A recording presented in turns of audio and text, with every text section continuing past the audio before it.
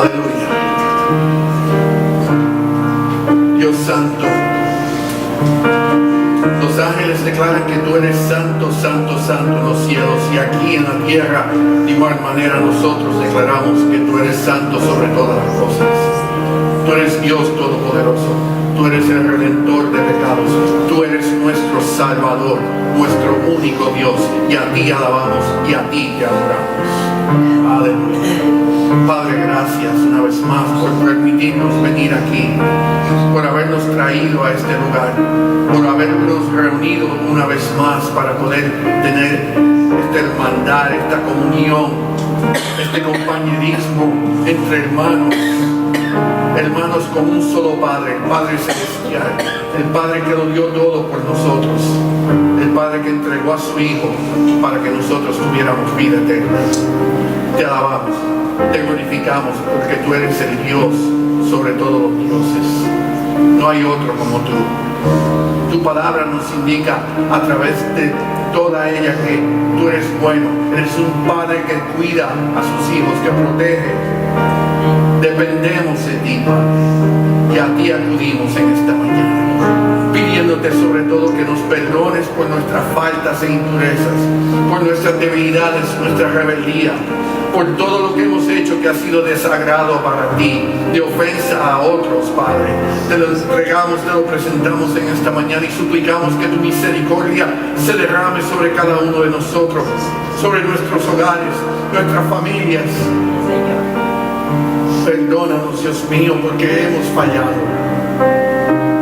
Y tú eres un Dios puro y santo. No merecemos estar ante tu presencia, pero a través de tu Hijo Jesús y su sangre derramada, tú nos has dado la oportunidad y el privilegio de acudir a ti y ser amado por ti. Perdónanos, límpianos, purifícanos, restauranos.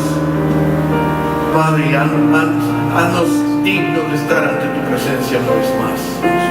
Te celebramos en esta mañana, aquí y en todo lugar donde tu palabra se proclama. Declaramos al mundo que Dios, Cristo Jesús vive y Él vuelve por su iglesia.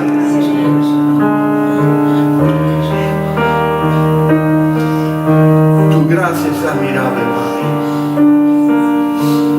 Y solamente podemos humillarnos ante ti y expresarlo a través de estos cánticos. Ahora dedicamos este tiempo y pedimos tu bendición sobre él, en el nombre, el único nombre en el cual toda nación se doblará, toda lengua confesará que eres Dios, Cristo Jesús. Y el pueblo de Dios dijo: amén. Amén. Pueden tomar asiento.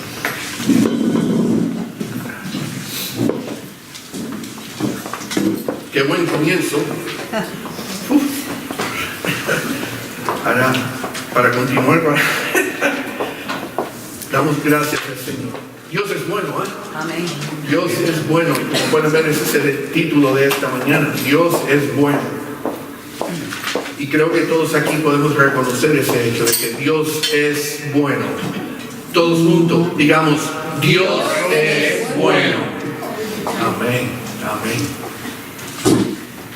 Y aunque sabemos eso, aunque las Escrituras nos dicen, aunque vivimos y recibimos sus bendiciones, a veces es difícil apreciar la bondad del Señor debido a toda la maldad y sufrimiento que observamos a nuestro alrededor, en los hogares, en las comunidades, en la nación, en el mundo en general. Diariamente lo que vemos es maldad, sufrimiento, daño, ira. Y la realidad es difícil a veces saber dónde está Dios y esa bondad de la cual nosotros hablamos y la que creemos y confiamos. Dicho esto, no deberíamos de cometer el error de descartar la bondad y amor de Dios basándonos en esas circunstancias a nuestro alrededor, o aún menos en la ejecución de su justicia como resultado de lo que está sucediendo. El Señor no es la causa de la maldad. Él es el Redentor. Él es quien nos rescató de esa maldad. Él es quien viene a juzgar la maldad. Por ejemplo, la semana pasada hablamos de cómo el Señor está dispuesto a perdonar a su gente una y otra vez, a pesar de la rebeldía que demostramos, después y cuando estemos dispuestos a arrepentirnos y regresar a Él.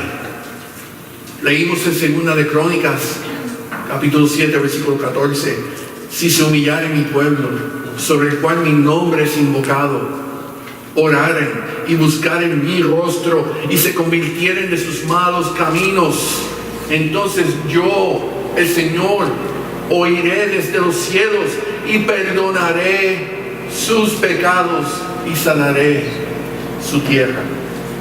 En otras palabras, aún a pesar de la maldad que estamos viendo, que estamos envueltos en ella, que vivimos diariamente, el Señor está dispuesto a perdonar a todo aquel que se arrepienta de ello. Ese es un Dios bueno. Pero también mencionamos que va a llegar el día en que no va a haber una segunda oportunidad. Y el juicio de Dios se va a llevar a cabo. En ese día el Señor no va a aceptar más ninguna excusa o disculpa. En ese día no pueden decir: perdóname, Señor. El juicio se va a llevar a cabo. Apocalipsis 20, 7 y 9 dicen: cuando los 1000 años se cumplan, de Dios descendió fuego del cielo y los consumió. No hay una segunda oportunidad. Pero hasta que llegue ese día, Él nos está concediendo las oportunidades. Por eso es que es importante entender que Dios es bueno en todo momento, en todo lugar y en todas las circunstancias. Y a veces olvidamos ese hecho. A veces permitimos que las circunstancias nos nublen la mente y olvidamos qué tan bueno Dios verdaderamente es. Y con eso les pido que vayan al texto conmigo de esta mañana, en otro de esos pequeños profetas del Antiguo Testamento que muchas veces no lo conocemos o hablamos de él. Nahum, capítulo 1, versículo 7. Y les voy a pedirle favor que se pongan de pie para terminar la lectura de esta mañana en reverencia a la palabra y al Señor. Capítulos 1, versículo 7, la palabra dice así: Jehová es que bueno, fortalece en el día de la angustia y conoce a los que en él que confían. Una vez más, todos juntos: Dios es bueno. Fortalece en el día de la angustia y conocen a los que en Él confían. Bendita sea su palabra. Pueden tomar asiento. El ministerio de Nahum, el profeta Nahum, se llevó a cabo durante el reinado de Ezequías. Su profecía tenía básicamente un solo tema: la destrucción de la nación de Nínive. Versículo 1 de ese capítulo indica así: profecía sobre Nínive, libro de la visión de Nahum de Ecos. El libro de Nahum es visto por algunos eruditos como una continuación al libro de Jonás, a pesar de haber sido escrito cientos de años más tarde. Se estima que fue probablemente unos 150 años después del libro de Jonás.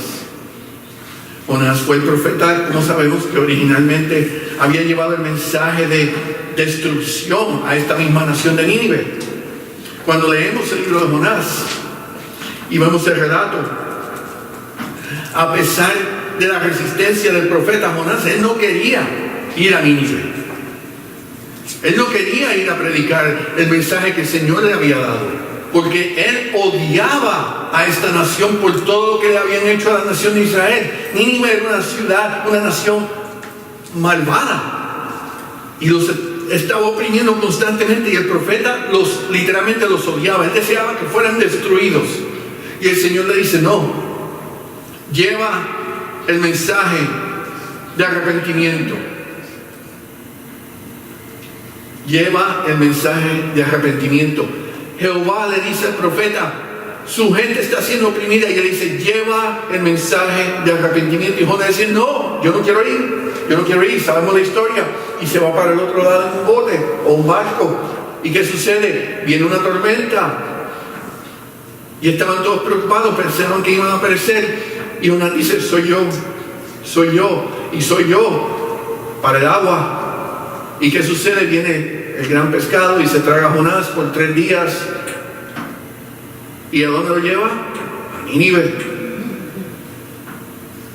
Y ahí sale 3 días en el estómago del pescado. Y Jonás lleva el mensaje de arrepentimiento o juicio. Que quede claro, no era solamente arrepentimiento. Si no se arrepiente, viene el juicio. Y por fin, después que declara el mensaje, a pesar de su resistencia, a pesar de sus sentimientos de odio hacia esta nación, en desobediencia al Señor, va y lo hace por compromiso, porque no le quedaba más remedio. El Señor dijo: lo vas a hacer. Eso vale como una enseñanza para nosotros. Si el Señor llama, si el Señor le dice vaya, usted puede resistir. Usted puede ir para el otro lado. Usted se puede tardar, pero si el Señor dice usted va a llegar. Es preferible que preste atención la primera vez, y a lo mejor se evita el pecado.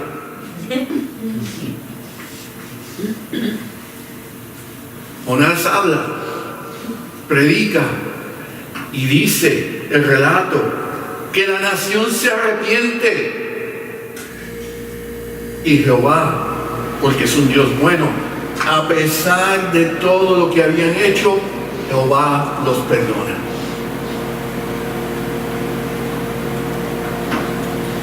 Qué bueno es Dios. Que no importa lo que hayamos hecho en el pasado, no importa quién hayamos sido en otro tiempo, si venimos a Él humildemente y sinceramente, Él dice: yo estoy dispuesto a perdonarte. Y Jonás no comprendía eso, porque él como hombre no podía perdonar. Pero el Señor no es como nosotros. Gracias, Señor. Y dice que Él perdonó a Nínive. Y Jonás se enojó porque él no entendía. Él no entendía cómo es posible. Habacuc, ¿se acuerdan? Tú eres un Dios santo, ¿cómo tú puedes permitir? ¿Cómo es posible que tú permitas esto? Porque el plan de Dios no es así. El plan de Dios es mucho más grande, y nosotros no tratamos de poner en nuestras cajitas, en algo que nosotros podamos comprender. Pero desafortunadamente, y como es evidente a través de la historia de este mundo, con el tiempo, el hombre y las sociedades o naciones tienden a enfriarse espiritualmente y se alejan de Dios. Se olvidan de todo lo que Él hace por nosotros, se olvidan de los milagros, de las bendiciones, de toda su bondad. Y pasan los días, y pasan los meses, y pasan los años, y ahora queremos hacer lo que queremos hacer. Y ese fue el caso de Nínive, que el Señor en su misericordia los había perdonado porque se habían arrepentido.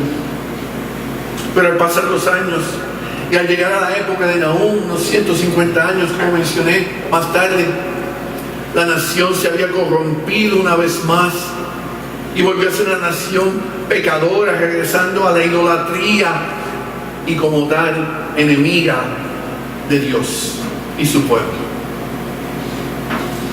En comparación, los Estados Unidos de América fue fundada como una nación cristiana, con principios cristianos, no solamente en la iglesia o en la comunidad, en el gobierno.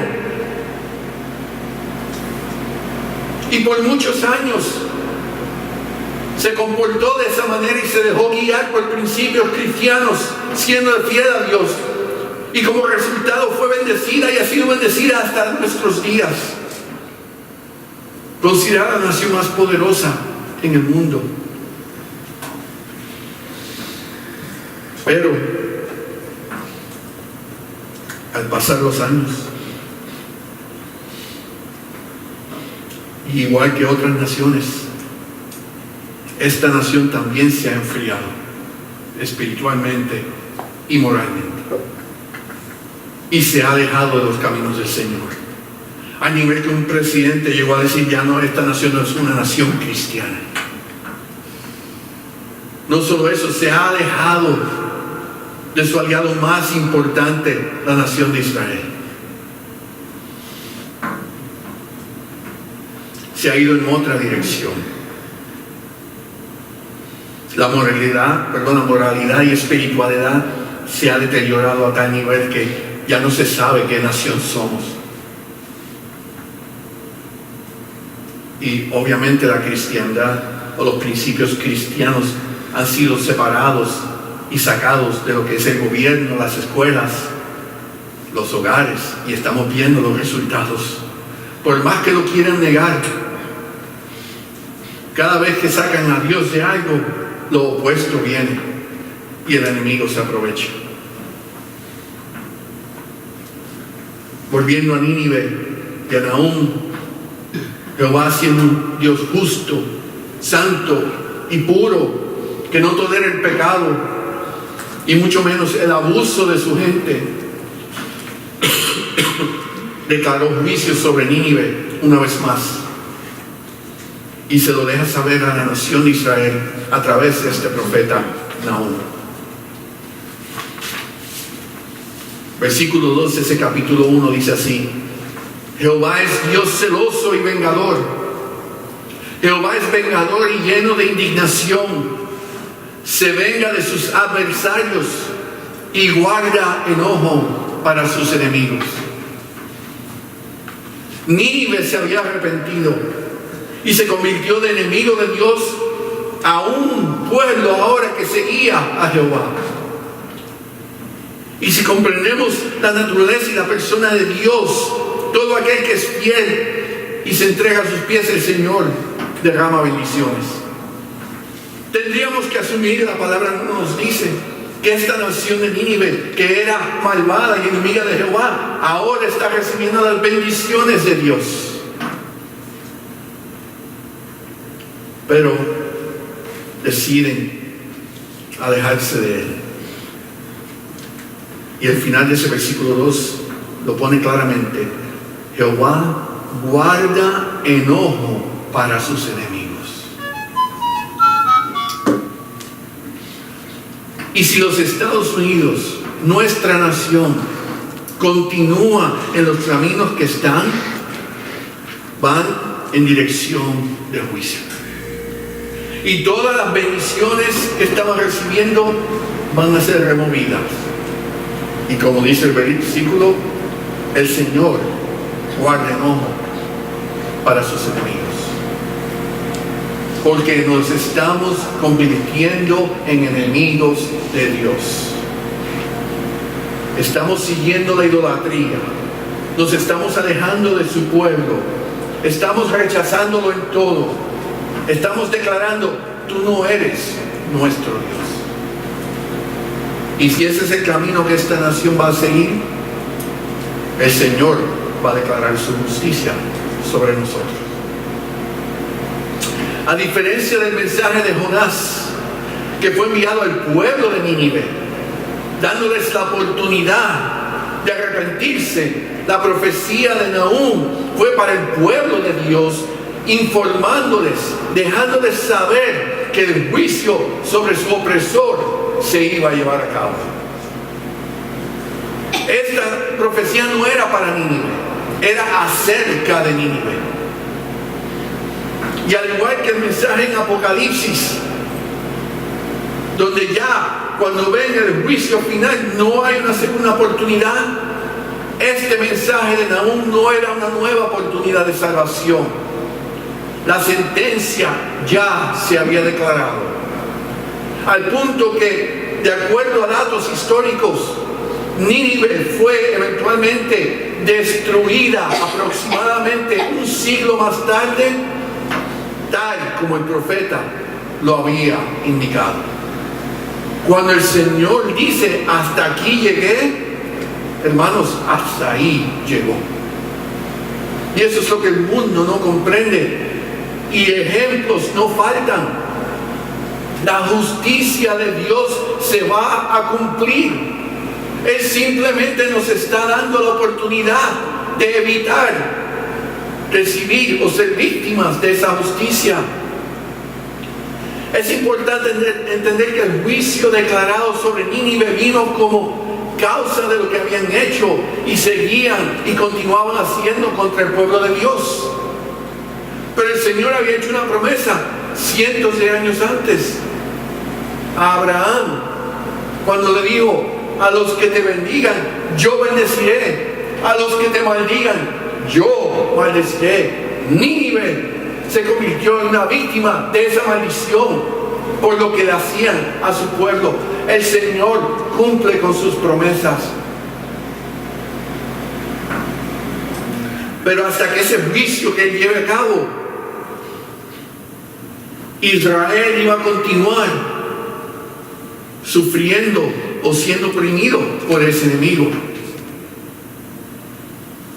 ¿Indica eso que el Señor no es bueno? No.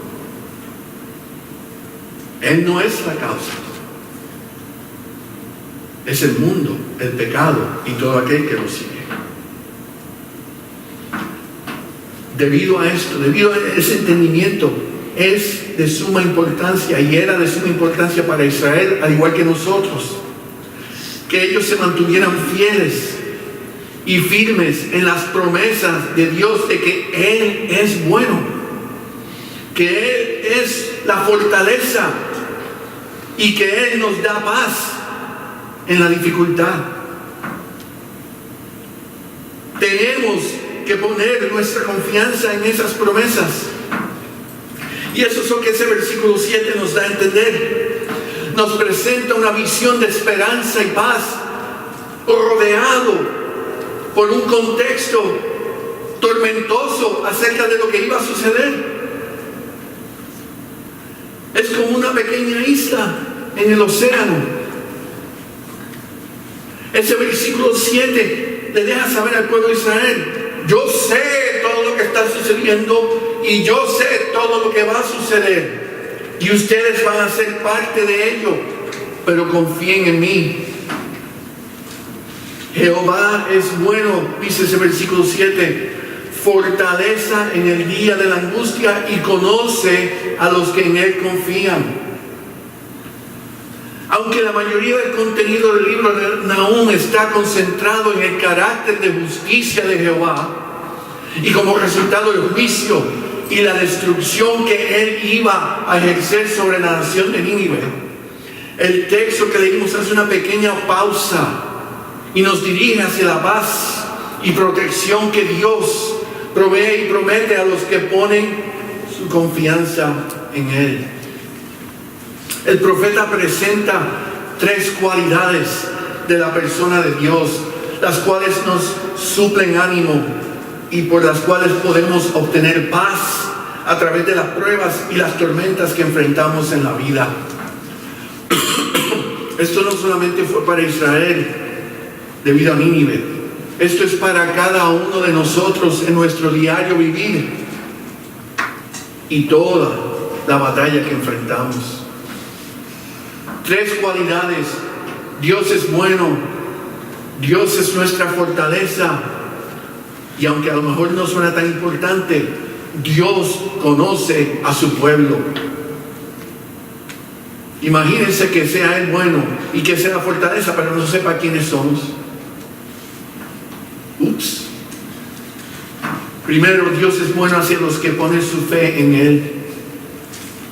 En el Evangelio de Lucas, capítulo 18, versículos 18 al 19, leemos: un hombre principal le preguntó diciendo: Maestro bueno, ¿qué haré para heredar la vida eterna? Jesús le dijo: ¿por qué me llamas bueno? Ninguno hay bueno sino solo Dios. Ninguno hay bueno, solo Dios. ¿Y cuántas veces oímos: sí, pero yo soy una persona buena, pero yo soy bueno, yo no hago esto, aquello o lo otro? Pero ante el Señor perfecto, por más bueno que tú creas que seas, sigues siendo malo. Cristo le declaró al joven o al principal, a los jóvenes ricos, dice otro de los evangelios, y en esencia nos declara a nosotros y al mundo que no hay otro como Dios en su naturaleza bondadosa, en ser bueno. Dios es el único que puede ser llamado bueno, ya que todos nosotros somos parte de una naturaleza pecadora e imperfecta. No hay nadie que se pueda comparar a Dios. No hay nadie que llegue y se acerque a la perfección de Dios.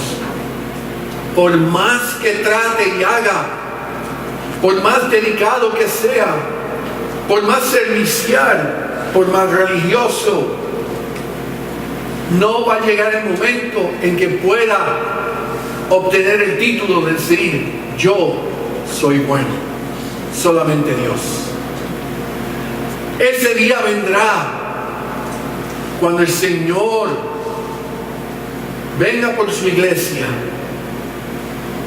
y todo aquel que haya entregado su vida sea glorificado. En ese momento ya la maldad no estará en nosotros. Y con todo y eso, no venimos a ser Dios. Entonces, tenemos que entender, dentro del contexto de lo que es ser bueno en Dios, que Dios es bueno en sí mismo, en esencia y de forma independiente. El nombre de Dios y el término bueno, pudiéramos decir que son sinónimos. En el diccionario, si fuéramos a buscar la palabra bueno, lo que deberíamos ver es la foto de Dios, aunque no sabemos cómo Él se ve, obviamente. Pero eso es lo que tenemos que comprender. No hay definición otra para la palabra bueno que no sea Dios. El ser bueno es una característica de la naturaleza de quien Él es. Él no necesita o depende de nada o nadie para ser bueno. ¿Cómo nosotros determinamos si somos buenos? Porque establecemos un criterio o una comparación a algo o a alguien. Yo soy bueno si me comparo a Hitler. Yo soy un santo al lado de Hitler. El criterio es humano. Si llegaste hasta aquí, eres bueno. Dentro de los mormones, la religión de los mormones, uno puede llegar a ser Dios en categorías. Si cumpliste con esto y esto, llegaste a este nivel de deidad. Pero si hiciste esto, pudiste ir al próximo piso. Es como coger un elevador y dependiendo del piso, ahí llegaste tú. Criterios humanos. Pero cuando nos comparamos a la deidad de Dios, a su perfección, a su santidad, reconocemos que no hay nivel ninguno humanamente posible que podamos llegar a Él. Él es la definición de ser bueno. Por eso Él no depende de nada o nadie. Él es independiente en sí, es su naturaleza. De igual forma, Dios es bueno eternamente e inmutablemente. Él no cambia. Muchas veces nuestra bondad se basa en cómo nos sentimos en ese día. cómo te levantaste en esa mañana, en nuestros sentimientos, en cómo, en lo que me está pasando. Salmo 100, versículo 5 dice: porque Jehová es bueno, para siempre es su misericordia y su verdad por todas las generaciones. Su bondad es eterna, nunca acaba, nunca deja de ser, es constante, no varía. Nuestra bondad depende de nuestros sentimientos, condiciones, circunstancias. Un necesitado le damos dinero, a este le doy $1, mañana doy 10. ¿Por qué a él le di 10 y a este 1? ¿Y por qué al otro no le di nada? Y es bueno saber que el Señor no cambia, que Él no me mira a mí diferente hoy, ayer o mañana. Yo sigo siendo Dani el pecador, quien fue redimido por su Hijo Jesús. Él quizás no se goce conmigo en otras ocasiones por lo que hago, digo, pero sigo siendo hijo de Él, redimido por la sangre de Jesucristo. Dios es bueno en sus 3 personalidades: Padre, Hijo y Espíritu Santo. Yo sé que muchos han visto esos programas de policía donde está el buen policía y el mal policía, que cuando van a interrogar a alguien, tú eres el bueno, yo soy el malo, y así lo miramos por los dos lados. Fíjense, yo como banquero en los tiempos del mercado, cuando cayó, todos aquellos que éramos prestamistas, los que hacíamos préstamos, ya no había más préstamos, ahora estábamos cobrando. Y hicimos el mismo tipo de acto. Íbamos 2 y íbamos a donde el cliente. Uno era el bueno y el otro era el malo. ¿Dónde está mi dinero? Dani, espérate, vamos a ver si podemos negociar algo. No, él tiene que pagarme ahora. Y el otro venía así, pero vamos a ver cuál es su condición. Y tratábamos de jugar ese jueguito para presentarle al hombre que tenía opciones. Uno era bueno y el otro era malo. El Señor es bueno, Padre, Hijo y Espíritu Santo. Él tiene paciencia. Él sacrificó y Él nos da consolación. El Padre no dice vamos a juzgar, y el Hijo dice no, vamos a darle un chance. Y el Espíritu Santo por el otro lado: espérate, yo estoy trabajando con Él. No. El juicio viene por el Padre, el Hijo y el Espíritu Santo. La salvación a través del Hijo fue declarada por el Padre y ejecutada al Hijo y continuada a través del Espíritu Santo. La redención son todos envueltos a través de un Dios. Su bondad no es solamente singular, es triple, si pudiéramos verla de esa forma. Dios es bueno en todos sus actos de gracia. Él siempre busca lo mejor para nosotros. Salmos 25:8 dice así: bueno y recto es Jehová, por tanto Él enseñará a los pecadores el camino. Fíjense lo interesante de este salmo.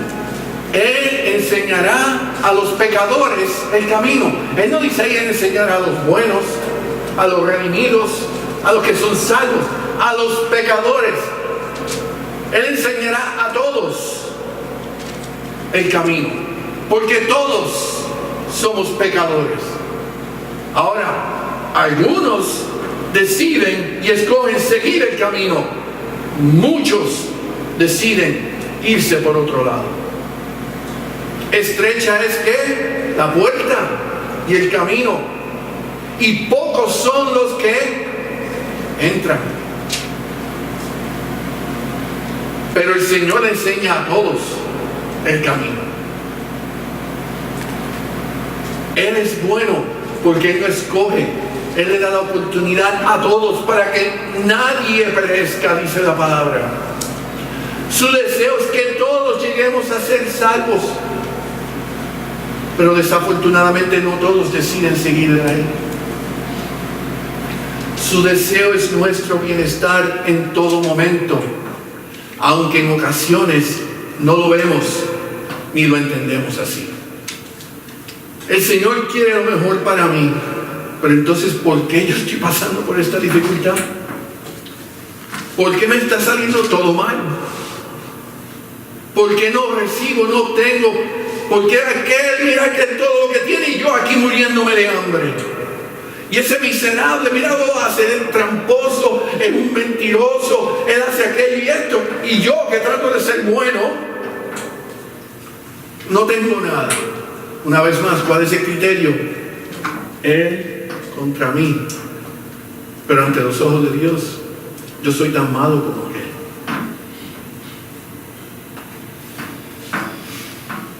Él quiere lo mejor para mí.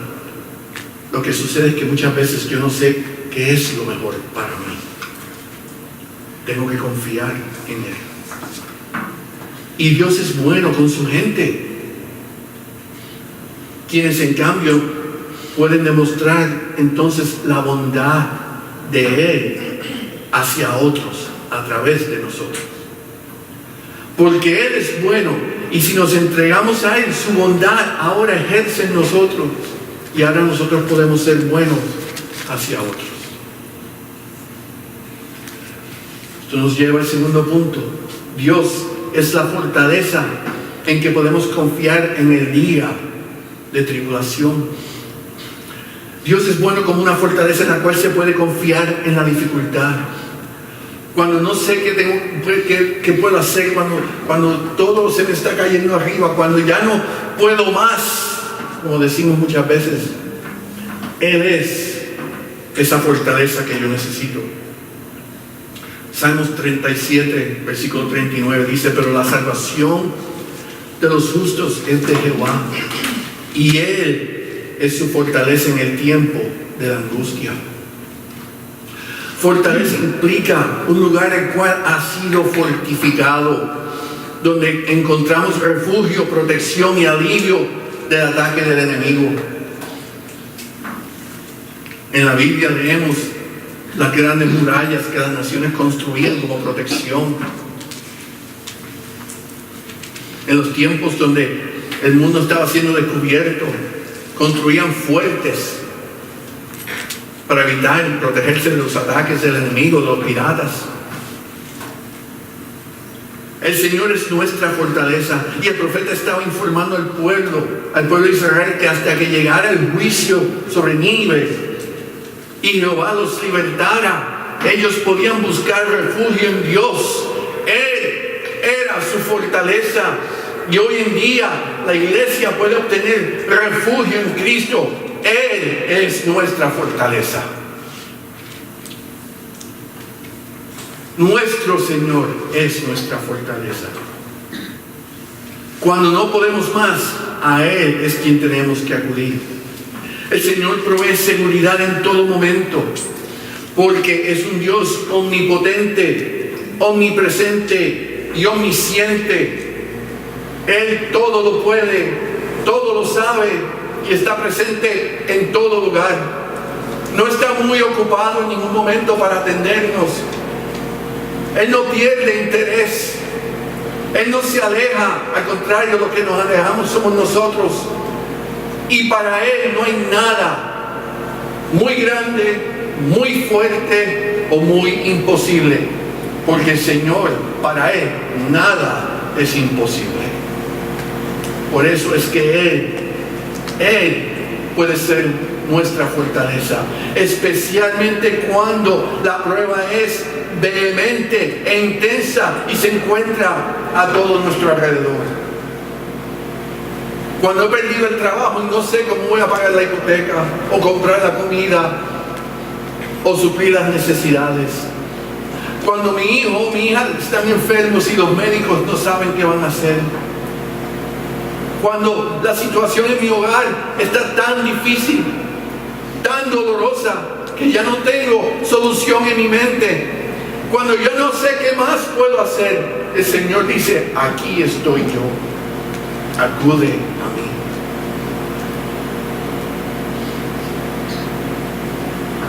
Podemos andar en paz dentro de las murallas del castillo que es Dios, porque los enemigos no las pueden penetrar. Es un refugio seguro para el necesitado. Salmos 18:2 dice: Jehová, roca mía y castillo mío y mi libertador, Dios mío, fortaleza mía, en Él confiaré, mi escudo y la fuerza de mi salvación, mi alto refugio. El salmista estaba declarando, no había nada más que él necesitaba. Dios es todo lo que él necesitaba para su protección, su paz, su alivio. Y Cristo nos exhorta y espera que acudamos a Él en toda prueba y dificultad, para que podamos obtener la paz y protección que buscamos y que solo Él nos puede suplir. Filipenses 4:7 lo dice así: y la paz de Dios, que sobrepasa todo entendimiento, guardará vuestros corazones y vuestros pensamientos en Cristo Jesús, que por Dios dice amén. La paz de Dios que sobrepasa todo entendimiento. Todo entendimiento. Hermanos, piensen en eso por un segundo. No importa cuál sea la situación. Usted puede traer el ejemplo más catastrófico que me pueda presentar. El sufrimiento más doloroso que pueda imaginarse. Usted puede traer lo que sea. Y el Señor dice que en esa circunstancia, en lo peor de lo peor, Él le puede dar una paz que usted mismo no va a entender. Él no dice que el dolor no va a estar ahí. Él no dice que el sufrimiento se va. Él dice que a través de esa situación, Él le va a dar una paz que lo va a ayudar a sobrepasar lo que está pasando. Dios es bueno. No importa dónde nos encontremos, en qué momento y por las razones que sean, si yo acudo a Cristo, Él me va a sostener. Y Él me va a sostener porque Él conoce a su pueblo. Él sabe quién yo soy. Él sabe quién es quién. Y no se equivoca. Él no incluye hipócritas en su rebaño y ni tampoco excluye a ningún creyente sincero a pesar de su poca fe. No, es que mi fe no es como la tuya. El Señor sabe quiénes somos. Fíjense, Nahum 1:3 dice así: Jehová no tendrá por inocente al culpable. En su rebaño no se van a colar, como decimos nosotros. No, este se escapa. No. Es más, Juan 10:14 lo dice así: yo soy el buen pastor y conozco mis ovejas y las mías me conocen. Ese versículo hace referencia a los pastores en el campo con sus ovejas. Las ovejas sabían quién eran. Ellas reconocían la voz de su pastor. Cuando él hacía un mandato, ellas lo seguían. Y el pastor sabía quiénes eran sus ovejas. Leemos también el otro relato donde dice: tenían 100 ovejas y una se fue. Y la palabra nos dice que ese pastor dejó a las 99 que estaban juntas y fue a buscar a esa que se había ido, a la perdida. Y no se confundió, Él la encontró, porque Él conoce a sus ovejas. El Señor nos conoce a cada uno de nosotros. Él nos conoce individual y personalmente. Y cuando hablamos de conocer, ese término incluye lo siguiente: su íntimo conocimiento de las personas, sus condiciones. Él sabe lo que estamos pasando, lo que estamos sintiendo, las consecuencias de lo que va a suceder, el por qué sucedió. Su tierno cuidado de suplir las necesidades de su gente, porque Él sabe lo que está pasando, porque Él sabe lo que puede suceder, porque Él sabe lo que yo necesito. Él suple adecuadamente de acuerdo a su voluntad.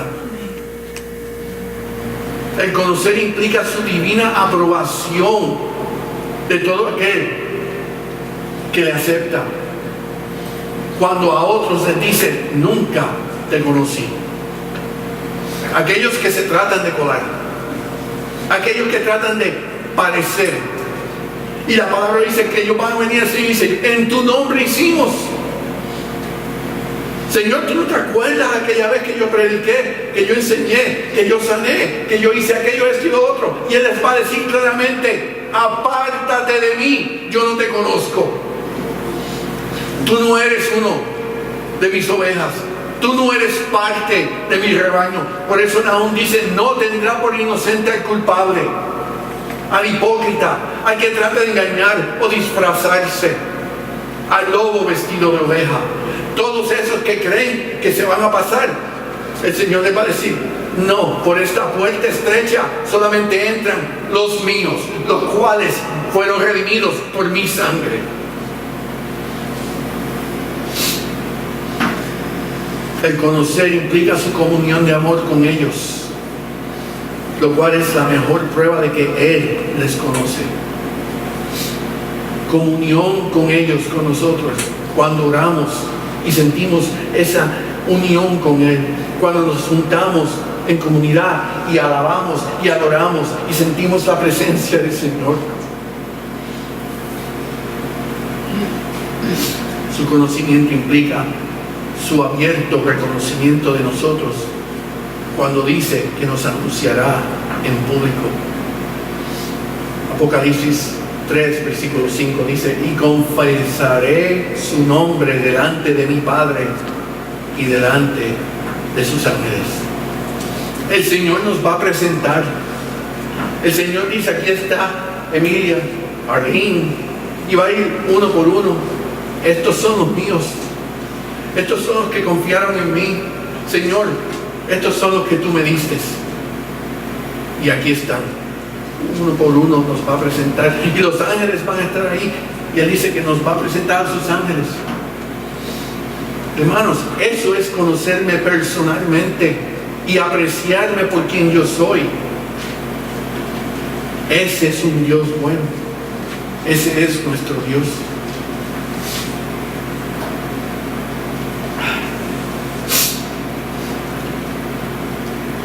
Al igual que el Señor declaró juicio sobre Nínive, sabemos que debido a la rebeldía en contra de Dios y al rechazo del sacrificio redentor de Cristo, Él ha declarado juicios sobre este mundo. Hechos 17:31 lo dice así: por cuanto ha establecido un día en el cual juzgará al mundo con justicia. Ese día viene y ese día ya está establecido. Es como mirar el calendario y sabemos cuándo va a ser. Diciembre 31. Va a ser en diciembre 31. Y podemos ver el día. ¿Cuál va a ser? El día del juicio ya está establecido, hermanos, y está en el calendario celestial. Y debido a esto, el pueblo de Dios está siendo atacado. Debido a este hecho, el pueblo de Dios está siendo oprimido por el mundo y va a sufrir tribulación, persecución, discriminación y toda opción que vengan en contra de él, hasta que ese gran juicio de Dios se lleve a cabo. La palabra, el Señor lo dijo, en mi nombre sufrirán. El que nos identifiquemos con Cristo es causa de tribulación. Tenemos que estar claros con ese concepto. Yo digo ser cristiano. Tú eres uno de esos fanáticos. Perfecto. Y ahí viene, sea verbal, sea actitud, sea acción, sea a través de acciones financieras, materiales, lo que sea. El ataque viene, el enemigo está en todo poder en este mundo.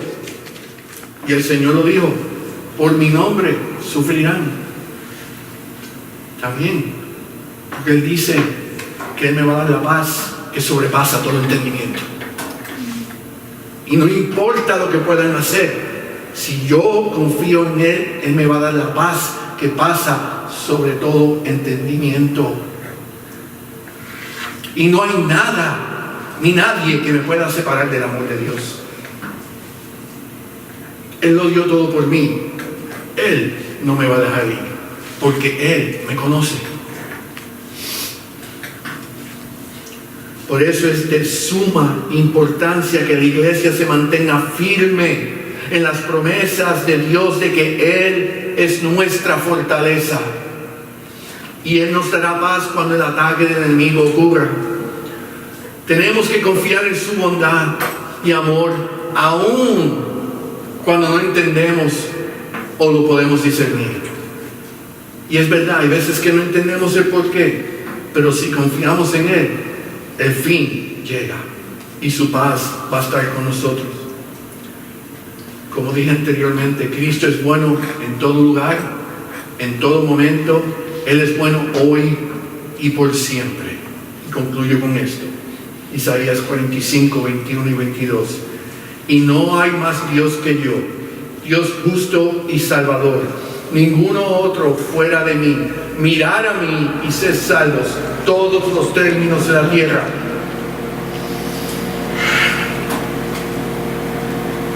Porque yo soy Dios y no hay más.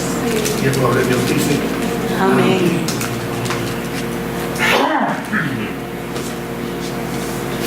Aleluya, Padre.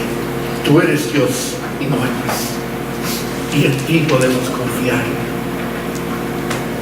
No importa lo que suceda, cuándo suceda o cómo suceda, tú eres un Dios bueno. Nuestras circunstancias son irrelevantes a tu naturaleza, pero debido a tu naturaleza de bondad, generosidad, amor, en esas circunstancias podemos acudir a ti, sabiendo que tú no nos vas a desamparar ni nos vas a abandonar. Te damos honra y gloria, porque sabemos que tú eres un Dios protector, suplidor, el cual siempre está velando por su pueblo y nos conoces personal e individualmente, en lo más íntimo, en lo más profundo de nuestro ser. Nos entregamos a ti y pedimos que tu misericordia se derrame sobre cada uno de nosotros una vez más. Y hasta ese día, el día del fin, o el día que tú nos llames a tu presencia, Padre, que tú sigas cuidando y guiándonos en esta jornada en la que nos encontramos. A ti sea la obra y a ti sea la gloria por los siglos de los siglos. Y el pueblo de Dios dijo amén.